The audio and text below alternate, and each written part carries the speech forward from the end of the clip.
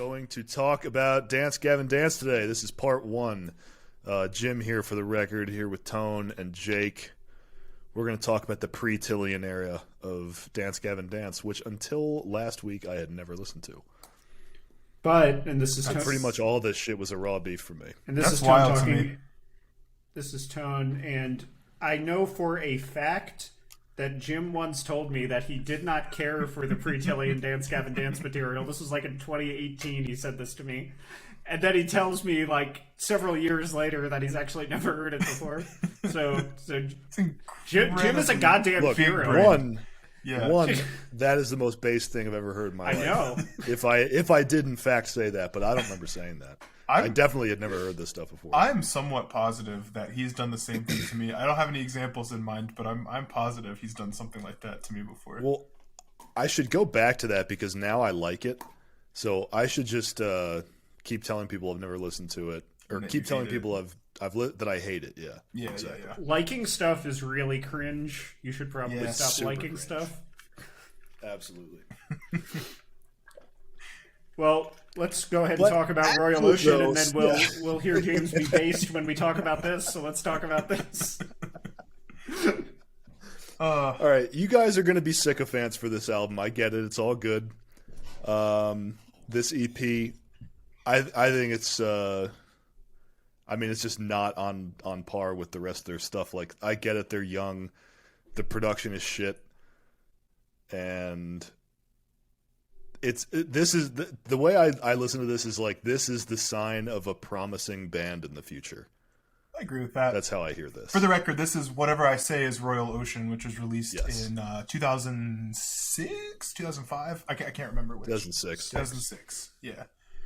And we've had some intense debates with a Z about the production value of this album.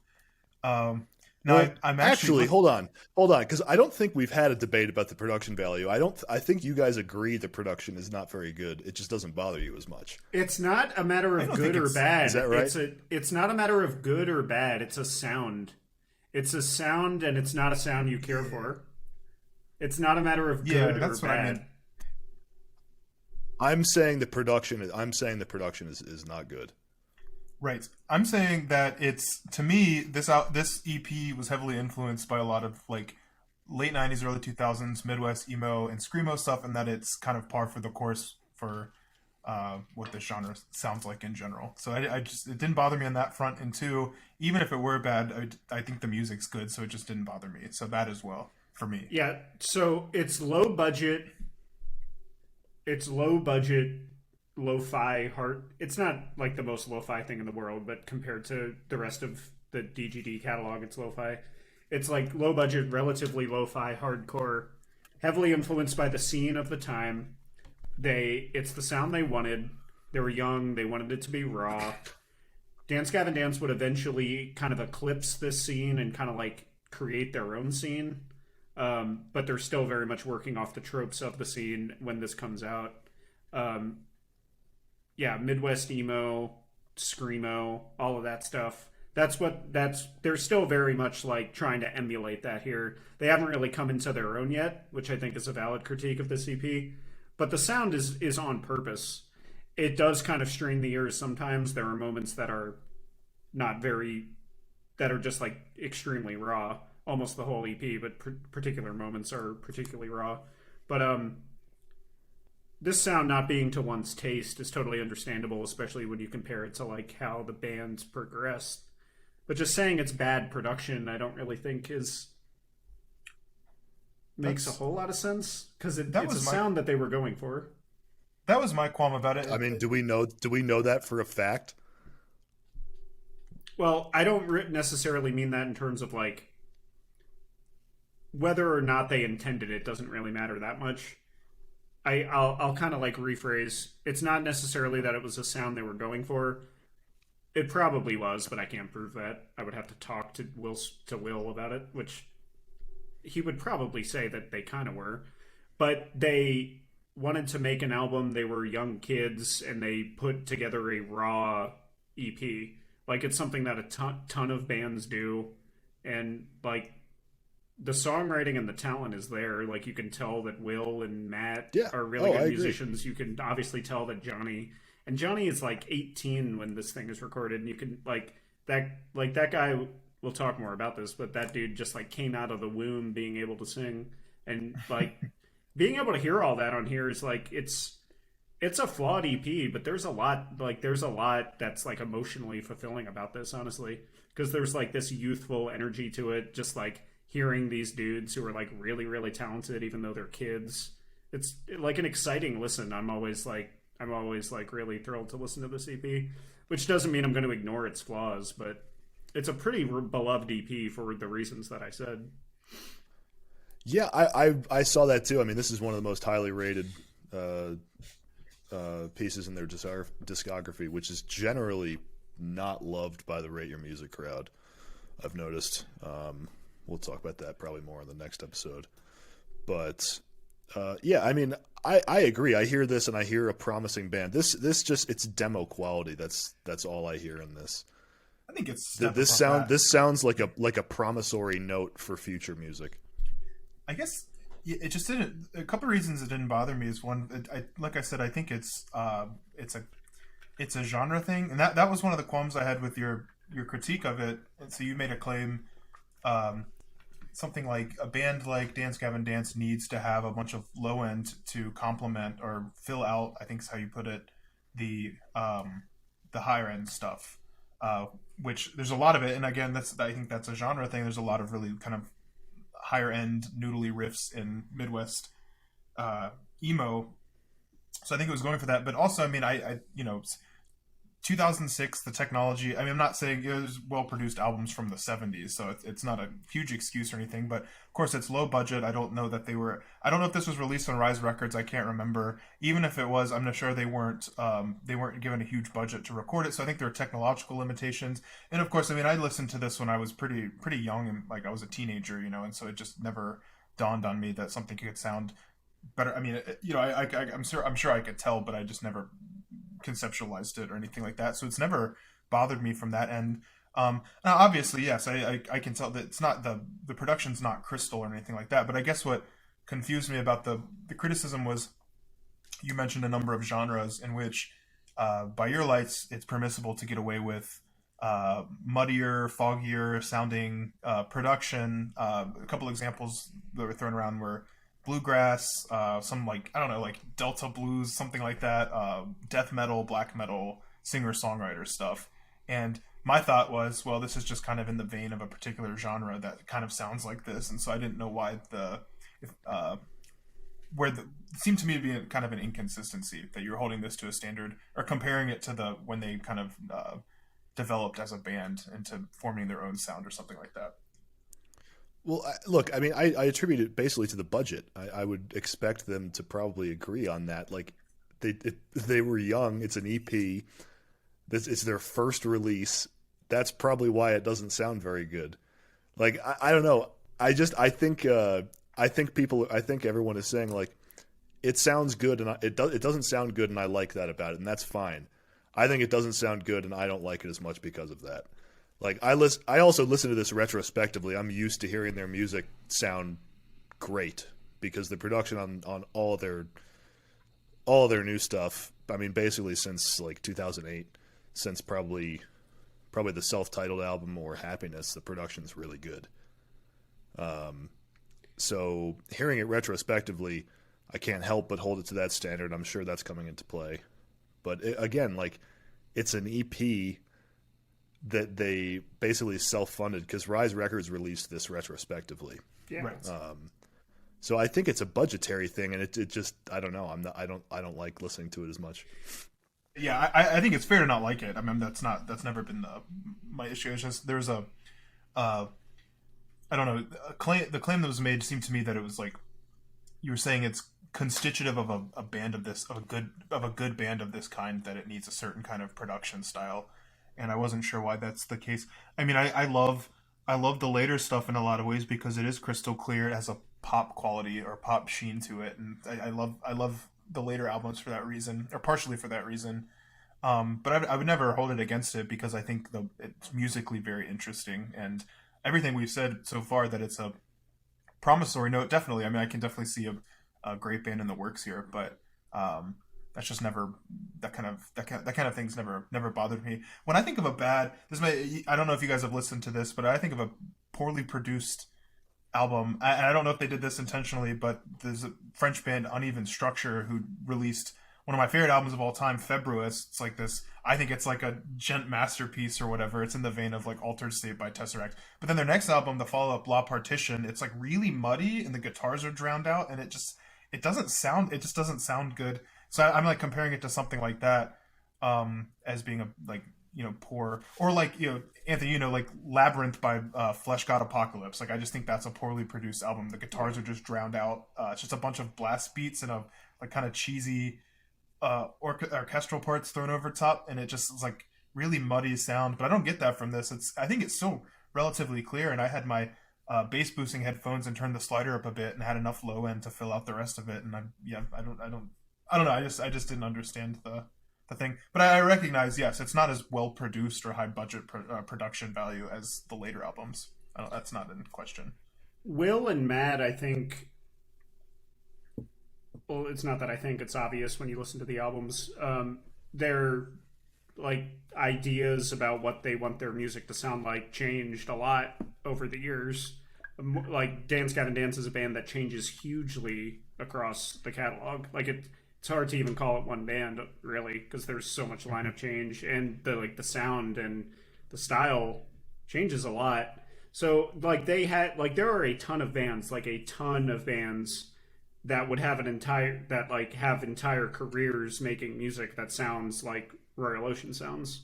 Dance Gavin Dance went in a far cleaner direction with their sound, and they're controversial in the post-hardcore scene for that reason. We all like it, but a lot of people really don't like that. They would prefer the sound here. So it ultimately just comes down to taste, in my opinion, and I don't think it's a matter of good or bad. I prefer the later material. We all prefer it. There are plenty of people who wouldn't, though. And again, Dance Gavin Dance is controversial because of the direction they took within the post-hardcore scene. So I feel like the best way to approach any DGD release is just kind of not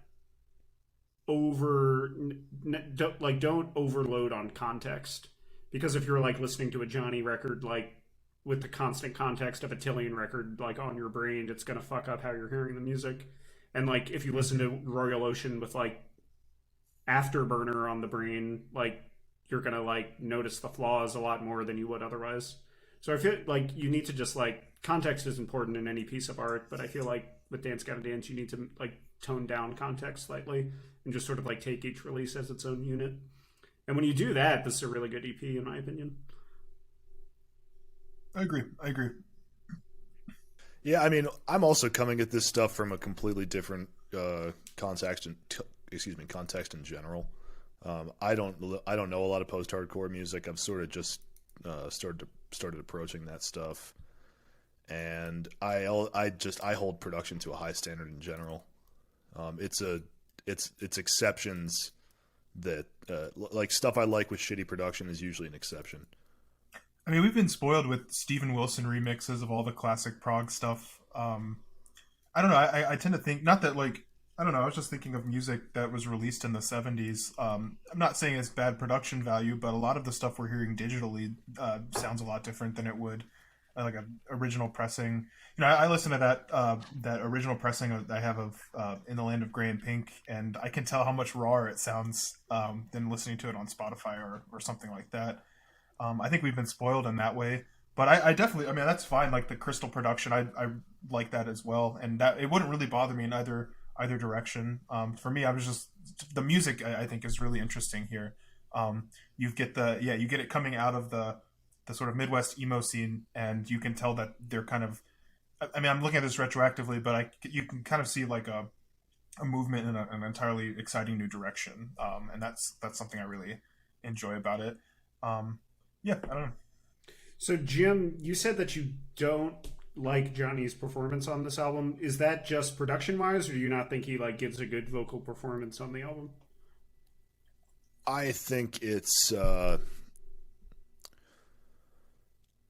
I don't think he gives a bad vocal performance.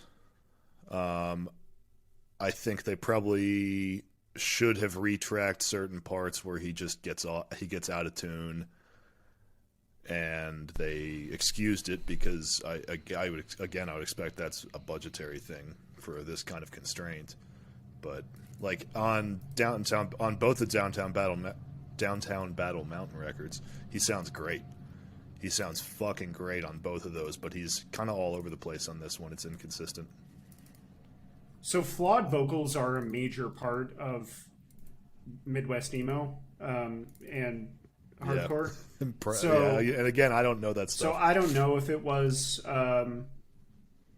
budgetary or intentional, but I think some of like the rawer moments of his vocals, like on the chorus of Robot with Human Hair Part 2, where like his voice like almost cracks because he's like really reaching for some intense notes on that chorus. I think like that's like pretty powerful stuff vocally, actually. Even though it is flawed, I do recognize that like a vocal coach would probably like notice parts where like his voice is breaking when like during that chorus. But I think it's like there's power to it for that reason. And DGD would evolve to like DGD would evolve to like focus on like exquisite vocals equals Dance Gavin Dance. But and that's not really the case on this EP. It's probably their only release that isn't that way. And so I definitely hear what Jim is saying. But I enjoy it. I enjoy Johnny's performance on here for kind of like different reasons than I enjoy his performances or Kurt's performances on the later albums. He's still a phenomenal singer. Yeah, I have less of a stomach for that stuff in general, I think. Again, maybe repeated exposure will change that, and I'll find more to appreciate about it. But I don't know. In general, like I want stuff to sound really good. Crystal, you mean? Not exactly. It just should sound full. This album it sounds tinny, and some parts are terribly thin. And I attribute that to poor production and, somewhat immature songwriting. I mean, again, these guys are really young on this. They had to keep developing. It's also an EP. It's a short record, which is why I kind of hear it more like a demo than anything else. It kind of is. It is an official release and definitely like a core part of the discography, but there are demo qualities to it without question. Now, I wanted to mention about the album cover really quick. Is this pareidolia? Am I seeing a face? I've never been able to tell. I think this is supposed to be like a face, but it's almost abstract. Like, I'm not sure. I see a face. It's a face. This looks like a mouth down on the right side. I was never sure. The pressing I always like this album cover. The pressing I have. That is a beautiful record. Yeah. Yeah, the pressing I have is beautiful, and the cover on my pressing is like kind of like a zoomed out version of this painting, and it's pretty obviously a face on that. Oh, okay, gotcha. I've always liked this, and this album or EP and the next album, maybe not so. I don't know, but they're the only two albums that don't have the style of every other record. I don't know if it was done by a different artist, but it's the same artist on all the other ones. Even Downtown, the first one. Yeah, it's this European guy. Okay, but this is definitely the most unique album cover of all of them. Yeah, I really, really, really like this painting. I don't know who did it. Yeah. My art history is basically zero, so I don't know how to describe this in a technical way. But I really like paintings with like those like really broad strokes where like you can kind of almost see the texture of the paint. I love this. I love this cover. It's great. It's a color. You can see the texture of the canvas in this. In this painting. Yeah, I really like that kind of like physical. You can see it underneath the strokes. Yeah. Well, and they I was going to mention as well. They kind of start. So Dance Gavin Dance. Not that they're unique in this respect, but just as we go to talk about other albums, they have a lot of songs that aren't necessarily connected, like conceptually, but have a lot of the same song titles or they're continuations of previous songs. And so on this one, you get obviously the Robot with Human Hair series that starts there, and then the Burning Down the Nicotine Armoire, the first part of that. And there's a couple others that start on the next album too, but I always think that's fun to track them. And another thing I love about Dance Gavin Dance and going back and listening to them is that like a lot of post-hardcore bands in this time came up with all these like really quirky, zany, like it was like funny internet humor from like 2006, kind of like just completely absurd album title or song titles. There's not as much of that on this, but especially on the next two releases, you get a lot of those. So I always have fun. I always look forward to the track list and what the songs are called, because most of the time they have nothing to do with what the song's about. Remember that band? Until more recently. I Set My Friends on Fire. I feel yeah, that's what I'm thinking of. That was like exactly. the peak of the kind of thing you're talking about. Yeah, absolutely. I don't know who that is. They're wild. Yeah. They're not really very good, but there's an entertainment factor. I remember Fall Out Boy too had like those sentence long song titles. Yeah, exactly. I always look forward to that.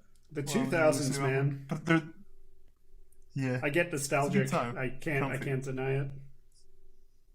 It's comfy. It's comfy. All right, shall we move on to the debut LP? Let's do it. Yeah, let's do it. All right, Downtown Battle Mountain from 2008, Seven, I believe. I think. 2007. Yeah, so they're only a year removed. Yes. So they must have impressed somebody Now, at Rise. This is the same lineup as Royal Ocean, correct? I believe so, yes. They're gonna go through a bunch of changes after this, but I'm pretty sure this is the same lineup. Yeah, this is the classic lineup, or the original lineup. Maybe not the classic lineup, but yeah. Yeah, so still have Johnny Craig doing the clean vocals. We still have John Mess doing the harsh vocals. Matt and Will, obviously. I don't know who's playing bass on here. I need to look that up, actually. Yeah, the bassists change a few times. Tim Farrick, the current bassist, is a fucking awesome bassist. So I kind of like end up forgetting really good. Who the previous bassists were. So one thing I noticed about while someone's looking up the bassist, one thing I noticed about these first three releases, John Mess's vote, like that has to be straining his vocal cords. Like this is really, I wouldn't even. It's kind of fry screaming, but it's not. It's like so unique. There's not many other vocalists like that I can compare him to in that way. It seems like on later releases, I don't know if he did this for health reasons or if it's a stylistic thing or both or whatever, but his screams become a bit more melodic on the late, like after Happiness, I guess. But on these first, they are just like raw and aggressive and like really high-pitched nasally almost, but like like I said, it's not exactly fry screaming, but it's so unique, and I gotta imagine that had to hurt it was destroying his vocal cords, but I really appreciate that he did that because it adds such a nice quality mixed or juxtaposed with Johnny's melodies. Something I really love about these first couple releases. Yeah, Mess is harsh. I think he's harsh on all the albums we're going to talk about. I think he starts getting less harsh when Tillian comes in. And I think I don't know if it was intentional, and it doesn't really matter if it was, but I think that Johnny is like so smooth. Like Johnny is like one of the smoothest singers, like just like butter smooth, like gorgeous, clean vocals. Whereas Mess is like so harsh, and the contrast does such good work on the two Johnny albums. Whereas I feel like Mess, again, I don't know if on purpose or not, but kind of like changed the style a little bit to maybe complement Tillian. And his more melodic style, I think, complements Tillian really well. Because Tillian is a little bit, he's obviously like high pitched and a fairly smooth singer too, but he definitely is like a little bit harsher of a singer than Johnny, at least in my opinion, especially on Afterburner. And so like they kind of Tillian and Mess complement each other differently than the way that Tillian and or the way that Mess and Johnny Craig complement each other, but both really well. I think I think he complements Kurt Travis in the next release. We'll get to that, but I think he complements him in a similar way. I think Kurt Travis and Johnny Craig are closer to one another than Tillian is to either of the other two. Definitely. But yes, I've noticed that as well.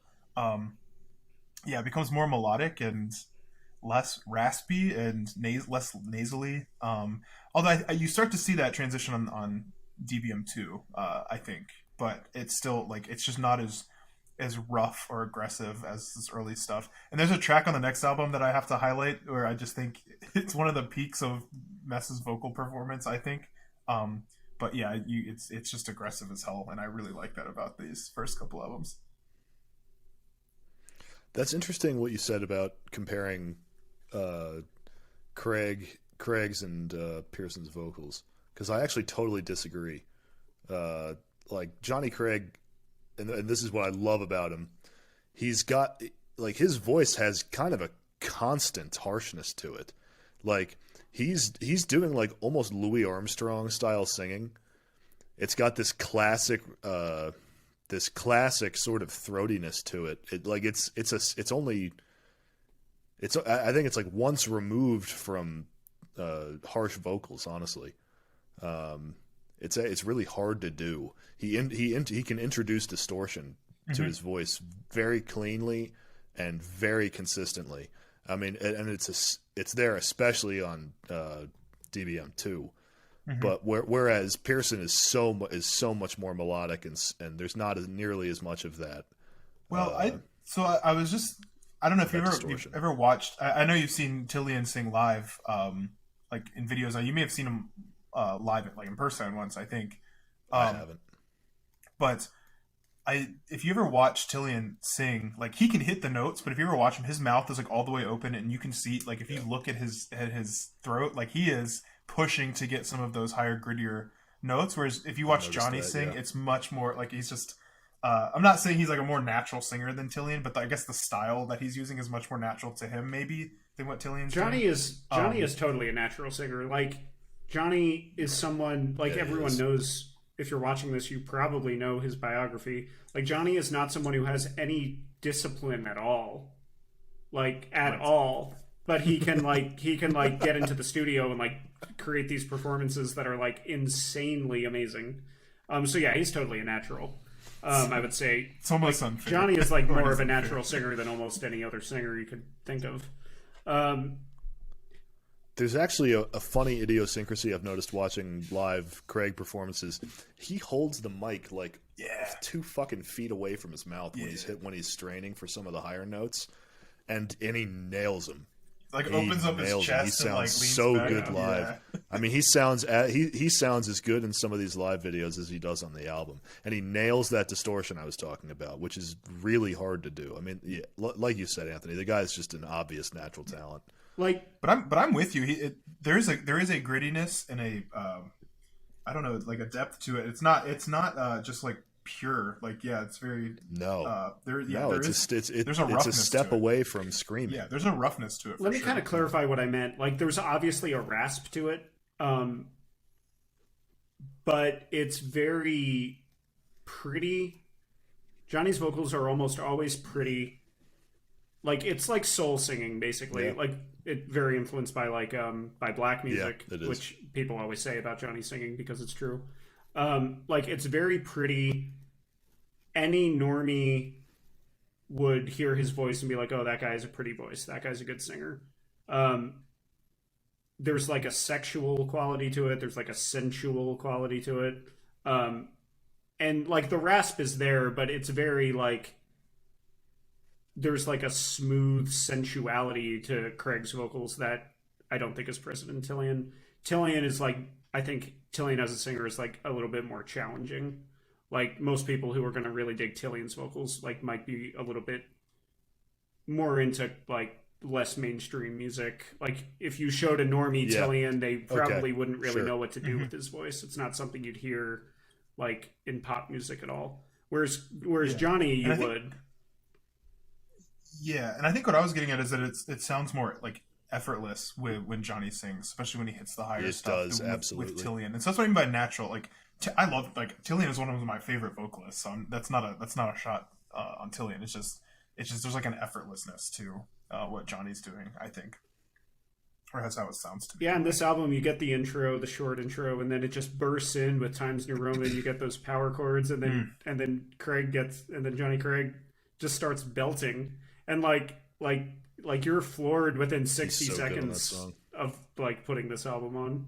Like just like so much like I don't know, I feel like you'd have to just like have like a steel soul or something to not get a little bit pumped listening to like the beginning of Times New Roman once Johnny Craig starts belting. Now, I think a great example of the contrast, because Johnny can do that really clean, pure, like straight line, beautiful singing. And if you listen, I posted that in the chat the other day, A Toast to the Future Kids by Omarosa. He starts out, it's just like this clean, it's just beautiful vocal line, and then he leans into that like grittiness when he goes into the chorus. That's another great example of the contrast. I think like he just got great range, and it just sounds like he's not trying at all, which he probably isn't trying. He's that probably hard, not. honestly. Doesn't really need to. Yeah, it's really annoying actually. I mean, to be fucking jacked on heroin like all 24 hours a day and still be able to do that, it has to be pretty natural. Well, that's another thing. Speaking of that, I don't know how that influences the creative process for him, but I wanted to mention just the sort of aesthetic that's set by some of the lyrical themes. So there's like a distinct sort of. So John Mess just all over the place, just like completely nonsensical. Like his vocals just, and they often have nothing to do with what the other vocalists. Yeah, is I love saying, that. a lot of the time. So that's a given. But with the Clee vocalists, like Johnny's vocals are much more down to earth, realistic. Usually about like, I don't know, unrequited love or I don't know, toxic relationships. There's just like a rawness and like deeply emotional aspect to his vocals. You mean lyrics? They're much more personable, I think. Yeah. Lyrics, sorry, yes, to his lyrics. Much more personable, and I think as you mentioned, like sensual almost, compared to the others. Because with Kurt, you get some of this like zany, abstract kind of stuff, which I mean, he's talking about relationships too, but in a much more abstract, like maybe more intellectual way, I guess. And then with Tillian, you get this like faux asshole persona. I think you've described it once before, Anthony. You get kind of that. You get Tillian. faux asshole with Tillian. With Kurt, you get like traditional emo sad boy. With Johnny, you get real asshole. Yes. What are you talking about? It's safe to say you dig the backseat. Can we get a little bit? Can we get some exposition to say you here? dig the backseat is total douchebag lyrics. Like it's like I don't throw around the word misogynist willy nilly, but it's misogynist lyrics. It's safe to say you dig the backseat, but not in like the ironic way that some Tillian lyrics are. Like for real. Yeah. And there are lyrics on Downtown I Bellbound get that too that are sense the same too. way. Actually, yeah.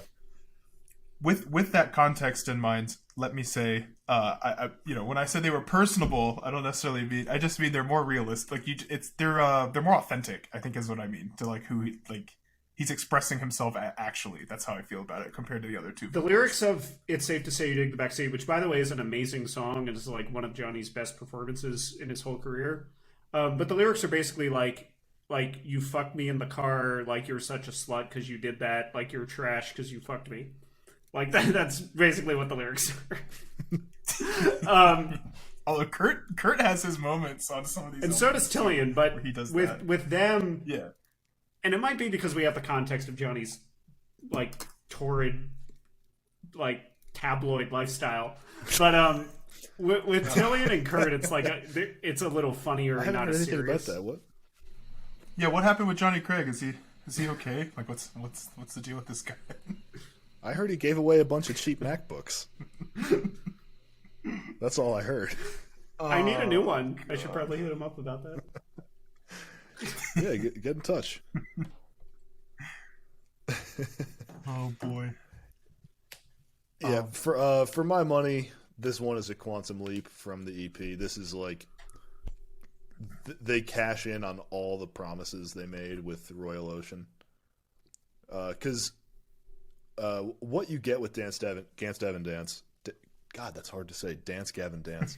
What you get with them is a band that writes all of these pop melodies, but does so much more on top of it.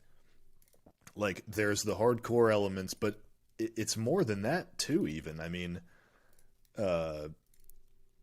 like it's almost like they're trying to like just cram all these different styles together, but not in a way that's very smooth. Like it's actually really jarring, but in exactly the right way. I totally agree. I think that's right. I mean that especially with the guitar lines. So what did you think of Like this stuff shouldn't work that well, but it works great. Yes. So we can agree that Johnny Craig kills it on Downtown Battlemountain, and that Mess also kills it. Like, I mean, Will I think is great on here. Like, what did you think of Will's playing on here as a guitarist, Jim? I'm curious.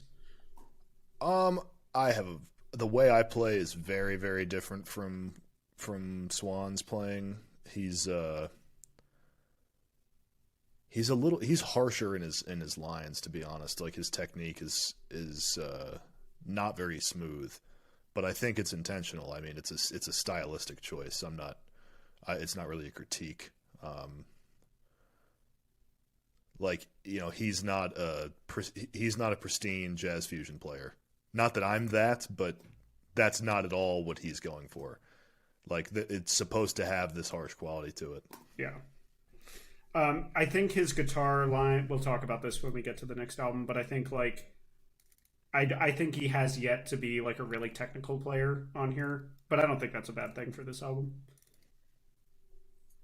You're not hearing... No, this album's much more there are signs. There are signs. But even later on, I still don't think it's pristine playing. Even when he gets technical, it's not... I don't know. It doesn't sound like it could have been procedurally generated. Like it's still very and that's why I like it, even when it's technical. But we have yet to get on Downtown Battle Mountain 1. We have yet to get those like constant like spidery riffs. Spidery is like always the word I think of that you're constantly getting on. They really start on the next album we'll talk about. But we have yet to really get much of those here. But like his playing is powerful on here. Like even simple moments, like I mentioned the beginning of Times New Roman, just like that chord progression he's doing is just like get you fucking pumped. Like I think he has a lot of character as a player, even though he's super young here. And I agree, it's a quantum leap from the EP, even though I like the EP. Yeah, I first heard this. I had to have been 14, and I hadn't heard anything like it. And it still gets me pumped. Yeah. If I had heard this when I was 14, I would have shit all over it. I did at first. Oh my god, yeah. I would have hated this at 14, which is weird because I love it at 28. I don't know if I'm regressing or if I was I wasn't sure what to make of it at first. I was just an asshole when I was 14. Yeah, but no, I quickly grew on me. I don't know. It's its own thing, man. There's not much else like it. I don't know. I was a douchebag metal purist when I was 14. Yeah, you were all over the Bullet for My Valentine, which was vastly superior to this stuff. Completely pure metal, real metal, true fucking metal.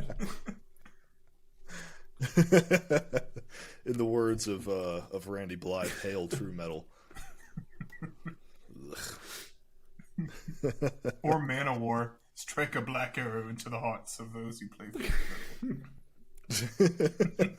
See, Manowar does it in a way that's based and not cringe. Blythe is cringe as hell on Philadelphia, but Manowar is just extremely based when they tell you when they cast down those who play false metal. Unquestionably based. What's your favorite track? Do you have do either of you bros have like a favorite track on Battle Mountain 1? I think Open Your Eyes and Look North has to be my favorite, even though I feel like it's one of the deeper tracks. The same thing. Yeah. I think the last, basically everything from Turn Off the Lights to the very end of the album, which I mentioned earlier, I wish they went acoustic more. That outro, that 12 hours and 630 miles is a beautiful track. I love how short it is, but it also leaves me wanting more.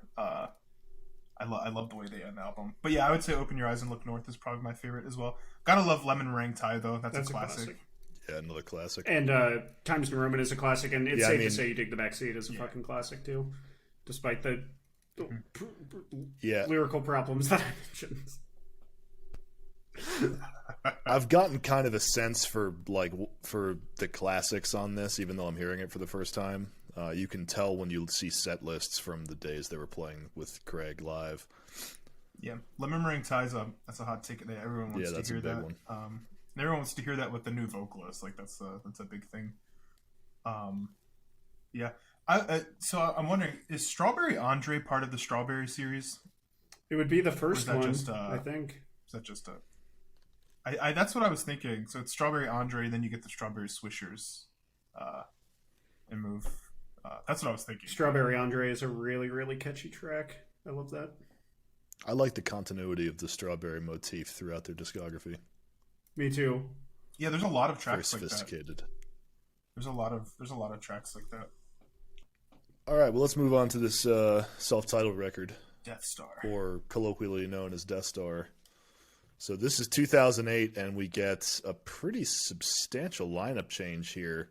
We lose Craig, we lose John Mess, and they bring in John Mess Kurt Travis to do... No, he's not. Or did he left leave on Happiness? John Mess is absolutely still on this. Are you sure? Positive. Yeah. John Mess is all over this thing. Yeah, no, he's... Because I know Will Swan took over for on harsh Happiness. vocals. Yeah, Mess leaves after this album. Okay. Yeah, Mess is still on here. Okay. Correction. John Mess is on this album. Unmistakably, because the last track on this album, People You Know, is like maybe the high point of his anything he's done vocally, in my opinion. At least one of them. That song is rough, but it's really good. He a lot of deranged, profane rants in scream form from John Mess all over here. Mad as hell on that. He is mad as hell on that track. This is Death Star is like, I love Death Star. I don't know if I love it. I really, really like Death Star, but it's definitely the DGD album I listen to the least, and I think it's kind of the oddball in the catalog. And I don't know how fans in general feel about it. I know a lot of fans think it's their best work. I think it's their worst work, even though I do really like it. What's your, like, have you always loved this one, Jake? This is the first one I heard. Really? I'm pretty sure. So I mean, I heard all this stuff around the same time, but I think I got into this, like I said, it was 13 or 14. It was either end of 8th grade or beginning of 9th grade. I had a buddy who showed me this. So when I went back to the older stuff, I liked Kurt Travis best at first. This is the shit I like. So yes, I've always had a taste for this album. Sometimes when I listen to it, I think it's their best. But sometimes it just depends what kind of mood I'm in. There's a lot of unique stuff in here. I think Will Swan really starts to refine his playing and kind of molding into what we would expect on some of the later releases and stuff. I think John Mess is on point on this album, and I think Kurt Travis stands in, fills Johnny's shoes as well as he could. Like he is, I think he's on par with the other clean vocalists throughout their history. Yeah, it's a really unique record. I think it's great. I think it's transitional. I think it's a step back. Yeah, transitional is exactly right. Because they clean it up on the next one, but I think they had to work out some kinks that were present on this one with the lineup change. I don't know. There's some bangers on this, man. Alex English, it's really funny moments too. Like the very first line, "Stop." First one to hit the cop wins. Like it had me. Like I was just like, "Oh, that is." Just saying Alex crazy English shit. is fucking awesome. Alex English is great. Buffalo's great. Hot Water on Wool is awesome. I think that they couldn't quite. And again, I really like this record. I'm not shitting on it or anything. But I think that they were trying. I don't think that Will in particular, I don't think was quite sure whether he wanted his songwriting to be experimental or not. And so this album, I think, is like sort of straddling being experimental in the way that the band would become and just being a hardcore album. And it sounds a little bit disjointed and like sort of schizophrenic in a bad way at points, in my opinion. I can see that. It's not as coherent as Downtown Battle Mountain. I will agree with you structurally. But in a lot of ways, I think that it's endearing in a way. I don't know. In a way I really like. Yeah, this album's just really zany. It might be their zaniest one. I think it probably is. And Matt Mingus, I think, comes into his own as a drummer on here because I think Matt Mingus is the highlight of this album, like by far. I think his performance on Me and Zoloft Get Along Just Fine is like I'm always floored by the drumming on that track and on most of this album. So you can see a lot of development on here, and I think it's a really good record. But I do see it as sort of a transitional album. But I don't think a lot of fans see it that way. So I know Jim said he agreed. I love this thing. This was what hooked me. I think given the context I explained I have coming into this stuff earlier, explains why I like this one less than the others. It's basically the same reasons I don't love Royal Ocean. I expected that. I thought outside of Royal Ocean, which I knew James wouldn't like, I figured this would be one of his least favorites. This is my prediction. Hey, fuck you, man! You're not allowed to have opinions about what my opinions might be. Fuck me for taking wild don't guesses. Don't assume my taste, I don't bro. know you at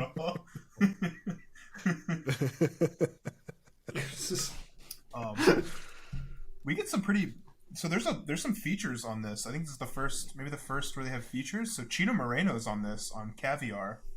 Yeah, the Deftones dude. Yeah, and then this guy Matt Gates. Matt Gates. I don't know how to pronounce his name. Matt Gates is on this album. Matt Gates. Okay, interesting. The congressman.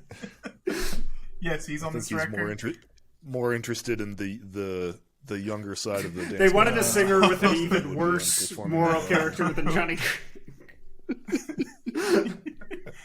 Oh God. Oh God. Sound like Mr. Bungle there. So I absolutely love Rock Solid. That it's so stupid and cheesy. Like that did not click. That skit in Rock Solid is so stupid. Did not click with me at all. I like it. Yeah, dude. Laugh my ass off though. It's so cheesy. I like it because it's so stupid. But at the same time, I'm always like, why the fuck is this on this album? Like this is so stupid. Yeah.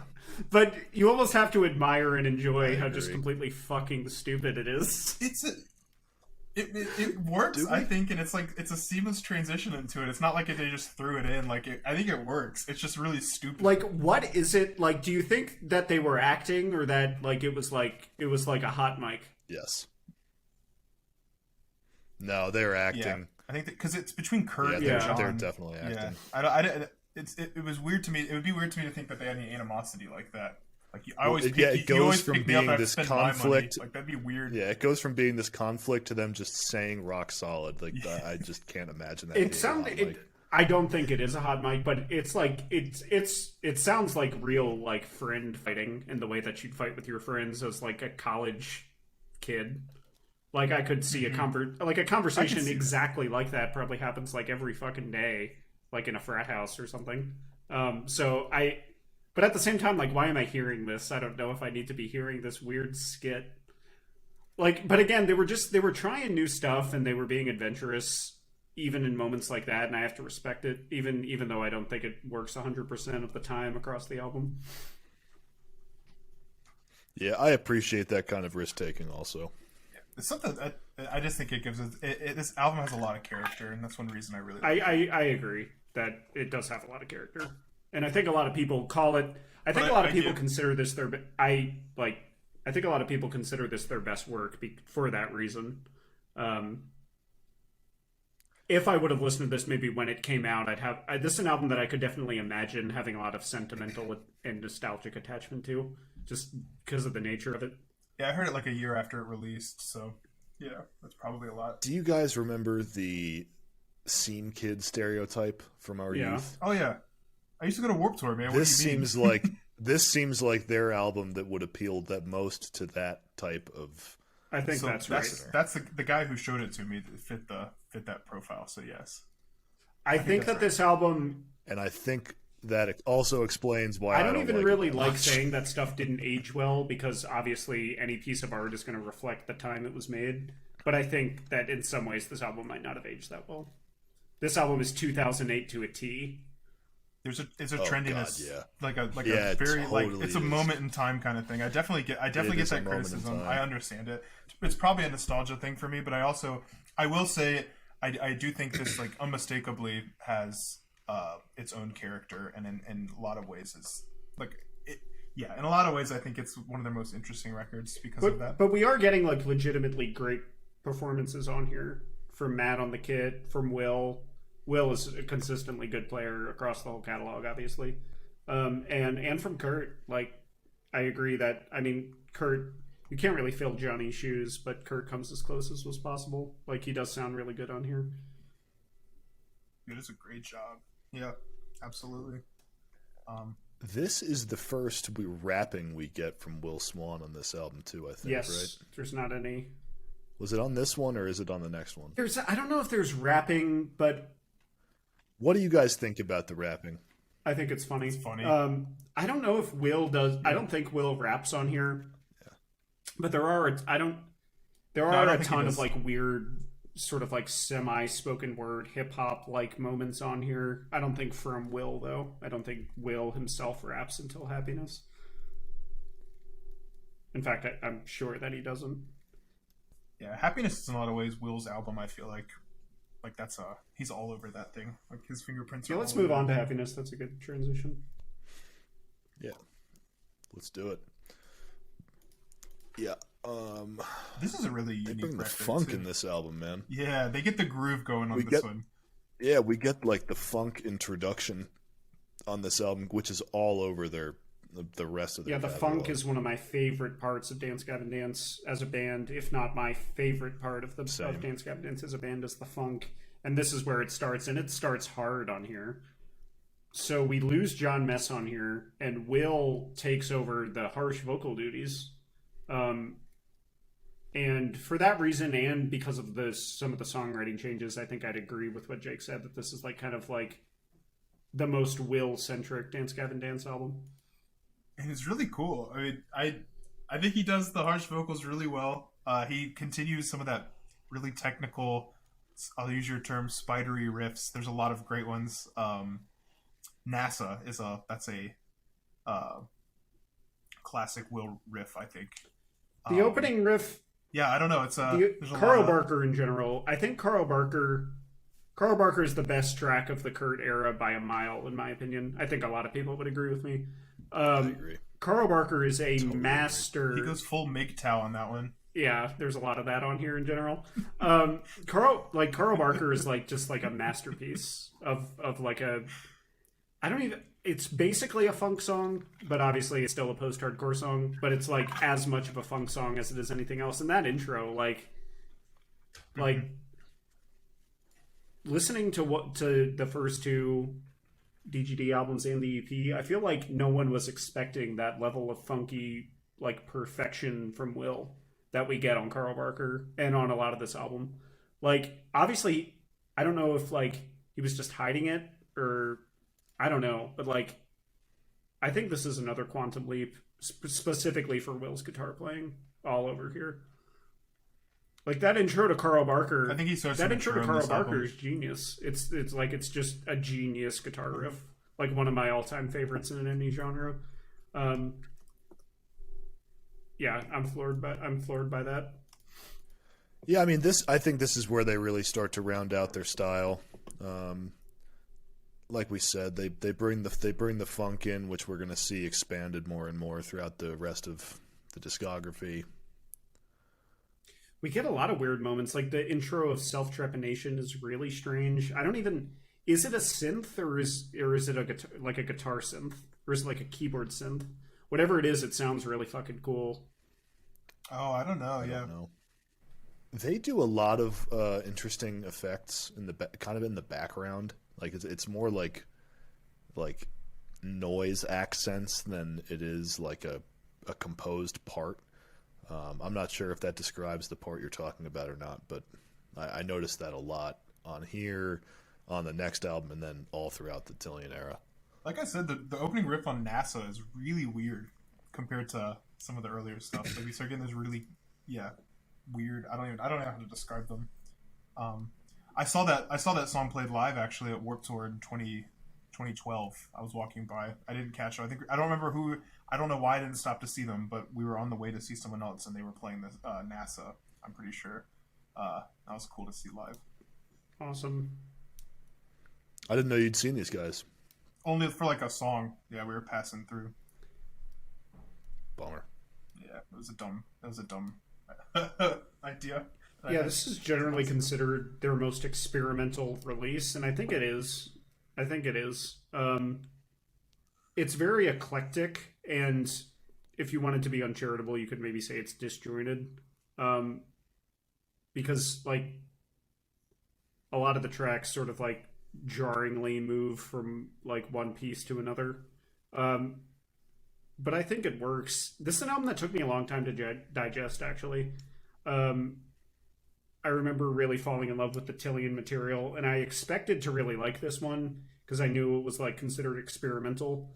But this is an album that took a long time for me to digest, and Kurt might have been part of the reason, although I don't know. But it clicked with me probably about a year after I first heard it, and is definitely like,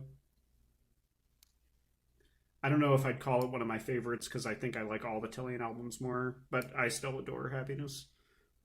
I liked this one a lot, actually, when I first heard it. I mean, I've only listened to all of these maybe two or three times now, but I listened to this right after I listened to the self-titled album and thought, wow, I like this a lot better. Yeah, this one, I guess, in the context of these being released, I was following this stuff when it was being released, and John Mess leaves, and you think, okay, well, I mean, like, I have the hindsight now to say, okay, he's going to come back for a ton of albums, but at the time, I didn't know what to make of it because, like I mentioned at the end of Death Star, it's almost looking like, well, that's a coda to his career or his tenure in Dance Gavin Dance, and then he's gone. And I always loved John Mess, so I don't know. I held it against this album, I guess, because he wasn't on here. Not that Will's screams were bad, but it wasn't until I got older, I guess, that I started to appreciate this album more. Especially because it's funky, and I didn't really get into that sort of stuff until I got older. Yeah. But I think it's.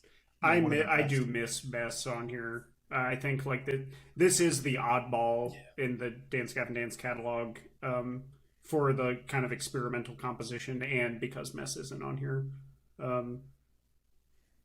I almost don't even really this obviously is a Dance Gavin Dance album, but like when I listen to it, I almost like try to almost consider it a different band, and I kind of enjoy it more when I have that mindset going into it. Because I don't think that there's any other album in their catalog that's like directly comparable to this one. What album in their catalog is most like Happiness? I don't really know what it would be. I would say Death Star, but that's just. I don't think I agree that it's Death Star. But no, maybe it would maybe be one of the more recent ones if I had to pick. TBN 2. I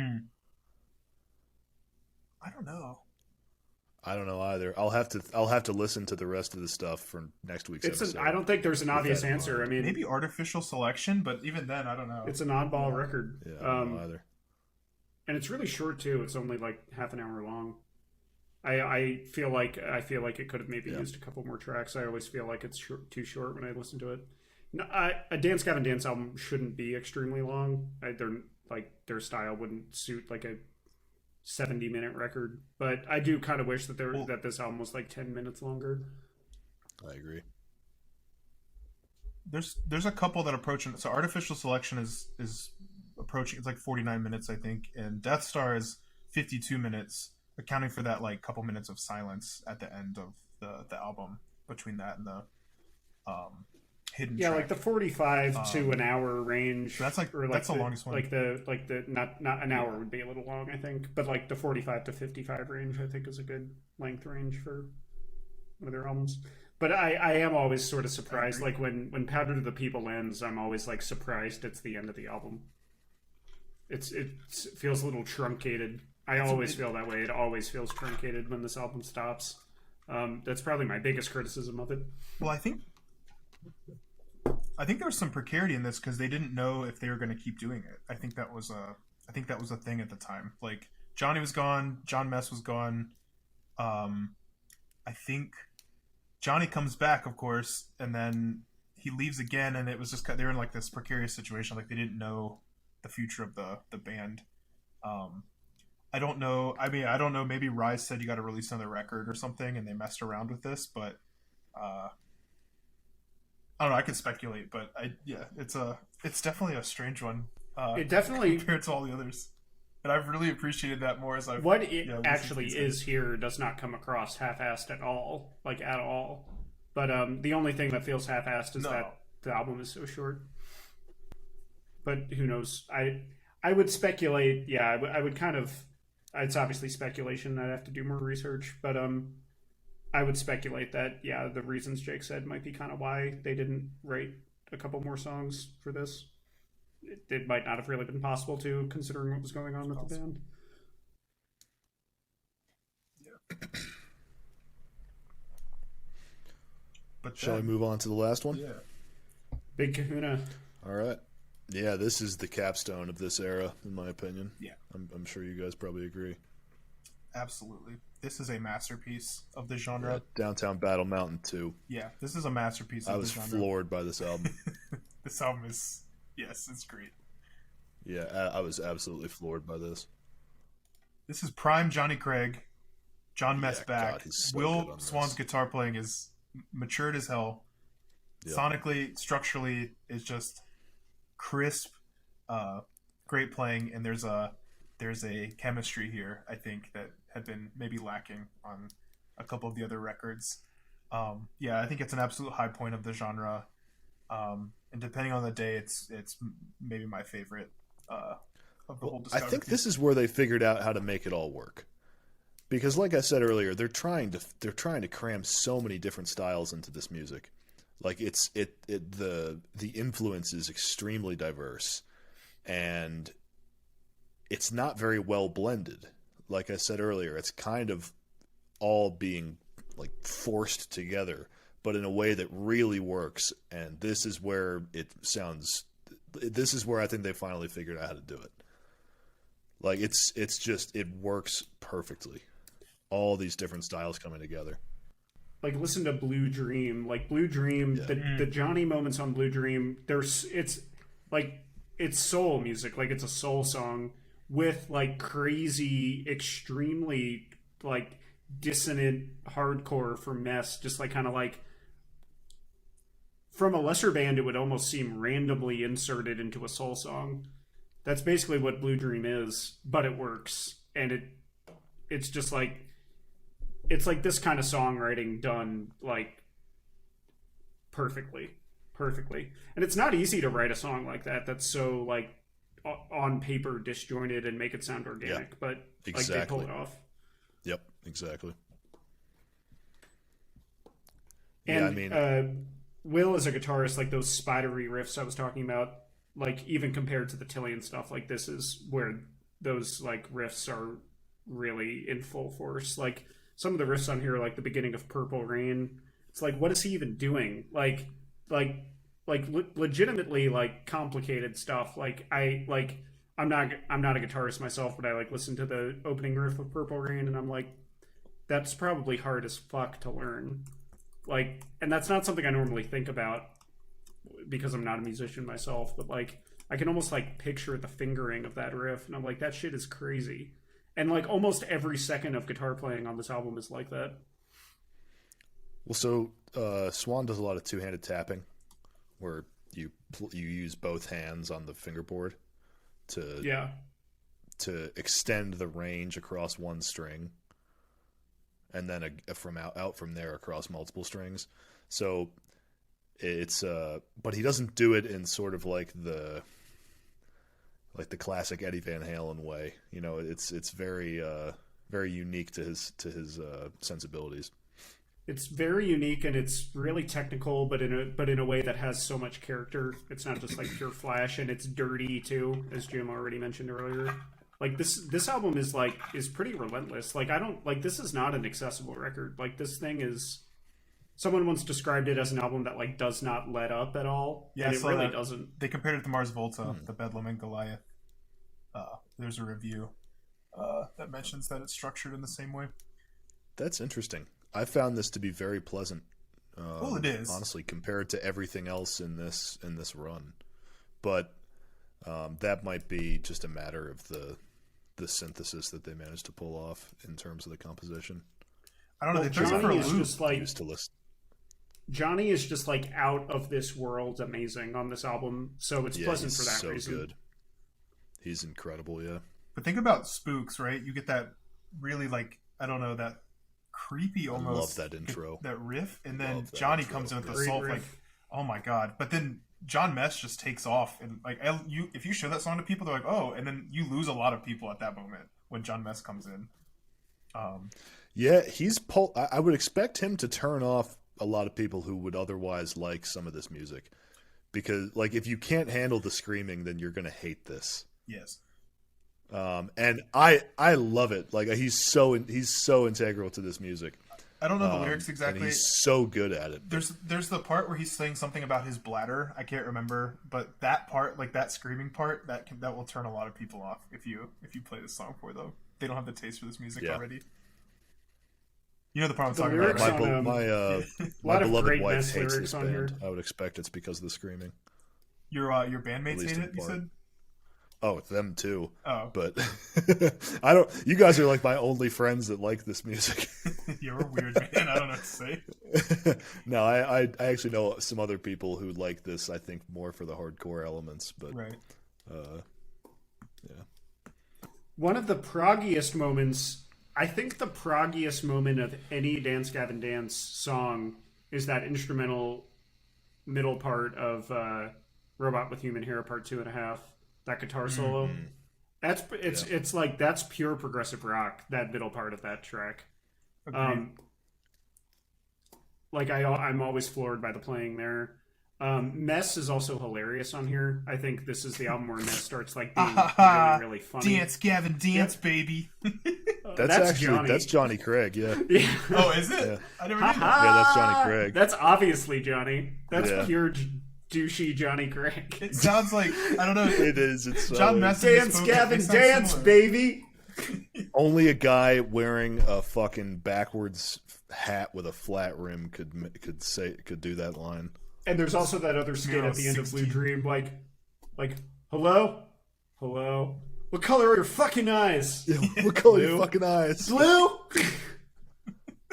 That kind of sounds real. Like that might have been a real phone call, which is kind of upsetting. But Yeah, it might have been a real phone call.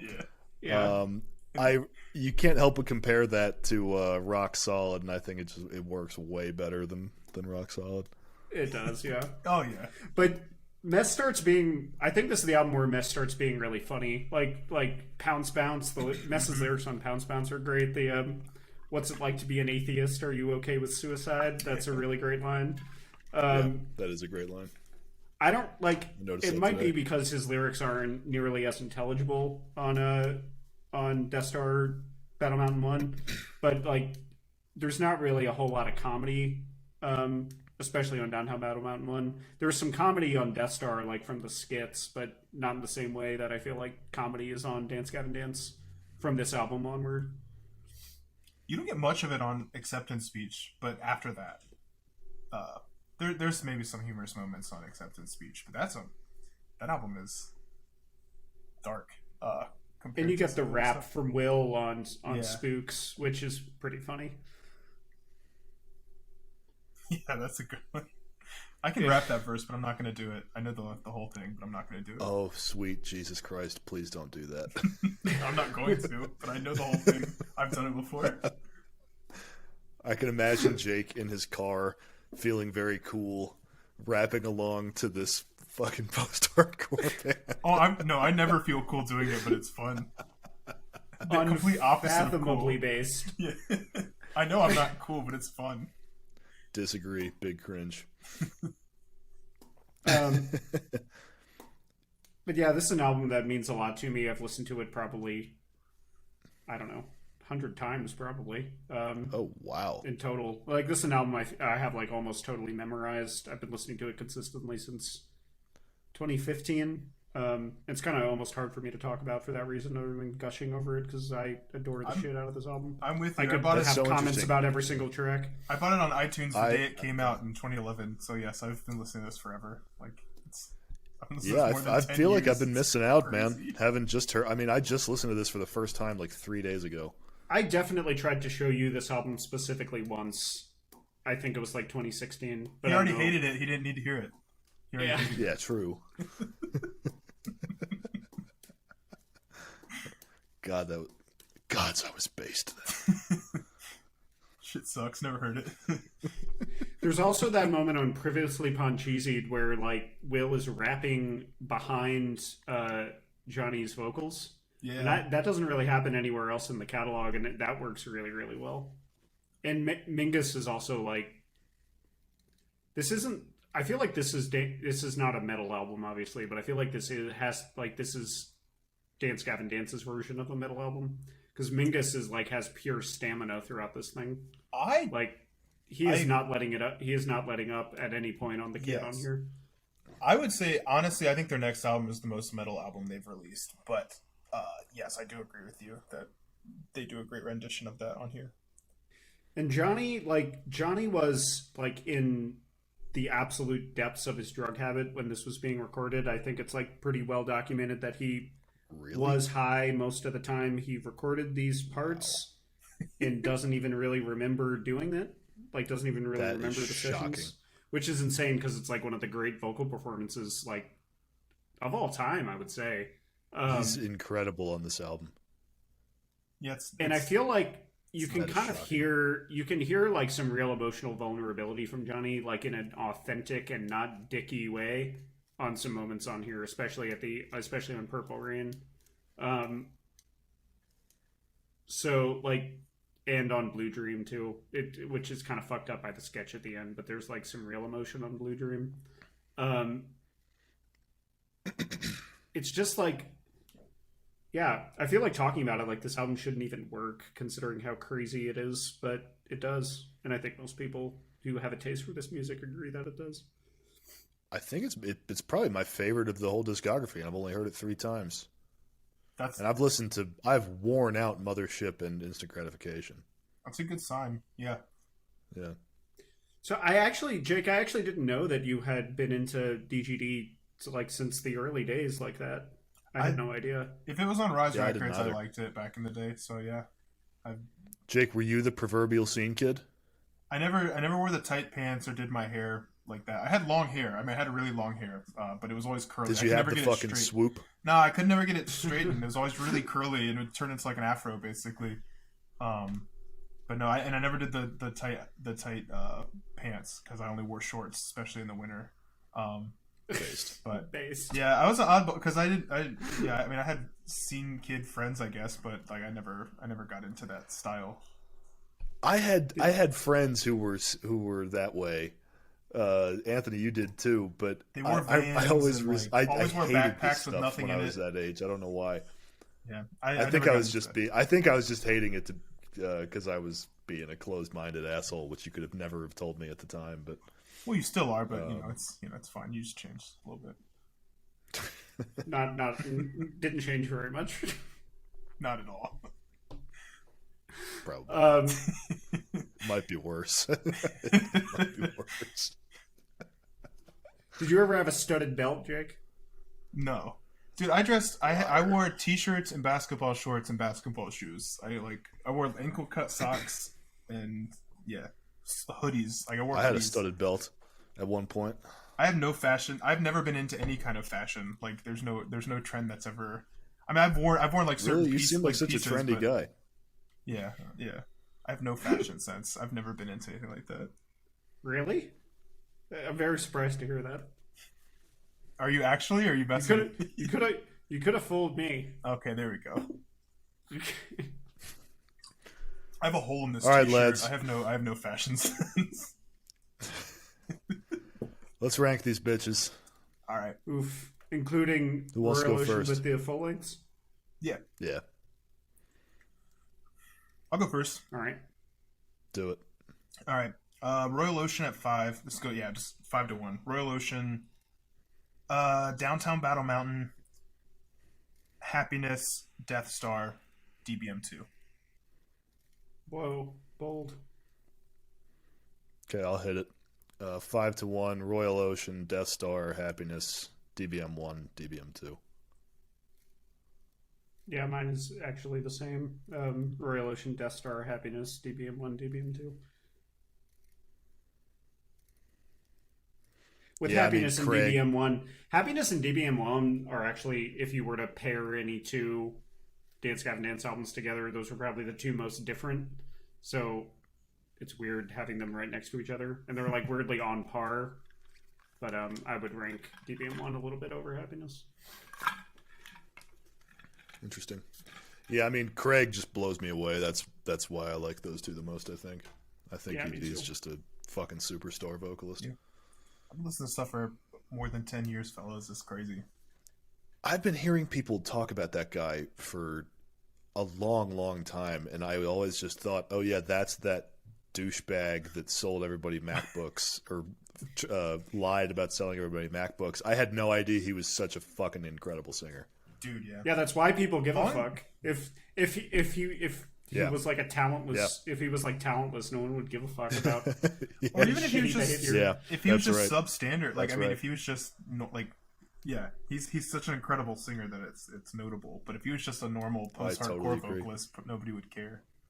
So I went to see. I'll tell the story and then we'll be done. I went to see Dance Gavin Dance in 2015 during a tour where they toured with Johnny and Kurt. Slaves awesome. and A Lot Like Birds opened up for Dance Gavin Dance, and then when DGD went on, they did tracks with Johnny and tracks with Kurt. It was fucking awesome. That's cool. But like Slaves barely even played. Like they played one song, and then Johnny like decided to just like go on a rant to the audience the whole time about how like, and one thing you got to know about recovery is that recovery is never one way. You have bad days, you have good times, and just like this rant. And he was like, and I'm not ashamed to admit that I've wronged people. I'm not ashamed to admit blah, blah, blah. And he was like, and I'm not ashamed to admit that I stole your money. I did it. And he just like standing up there ranting at the crowd. And then like when they came on, TBN, and TBN is like obviously like a pretty cool down to earth guy, like the opposite of Johnny. Like in between tracks, TBN was like, right, so now I'm gonna make a 10-minute speech.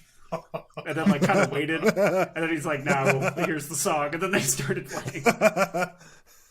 That's awesome. TBN's got a wit about him, man. He's got a wit about him. It was really funny, but he was also like, I think he was mad that Johnny did that because he's like I mean like that's the tour, like, and like one of the bands that like you're touring with like basically doesn't play and does that shit instead. And like obviously he probably like didn't have a high opinion of Johnny touring with him because Johnny's someone who's impossible to have a high opinion about.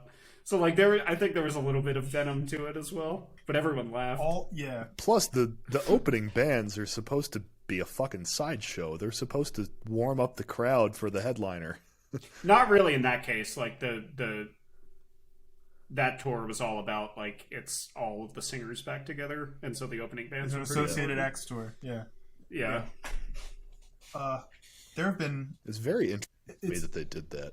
That was very diplomatic. It was awesome. There have been other people. Seriously. There have been other people in the scene who have said scathing things about Johnny Craig openly and publicly, which probably a lot of it's warranted. John Mess is like pretty explicit about his distaste for him in interviews. Craig Owens used to say, yeah, it's like when the MacBook thing came out, they were like, if people wonder why we'll never do another Isles and Glaciers record or something like that. Yeah.